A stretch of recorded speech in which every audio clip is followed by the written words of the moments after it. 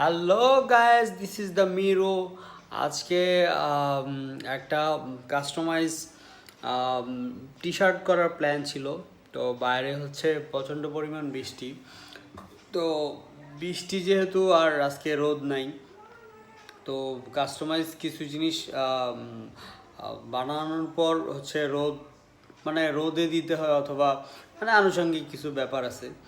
তো আজকে হচ্ছে ঘুম থেকে উঠা একটা প্ল্যান ছিল কালকেই, যে আজকে কিছু একটা বানাবো। তো ঘুম থেকে উঠেই পুরো মাইন্ডটাই চেঞ্জ। তো এই তো বসে আছি, চা খাচ্ছি, এই আর কি।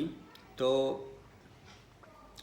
আজকে হচ্ছে আমি হঠাৎ করে মনে হলো যে ম্যান্ডালা আর্ট, যেটা আমি ম্যান্ডালা আর্ট সম্বন্ধে আমার তেমন মানে আমি পারি না, বলতে গেলে পারি না।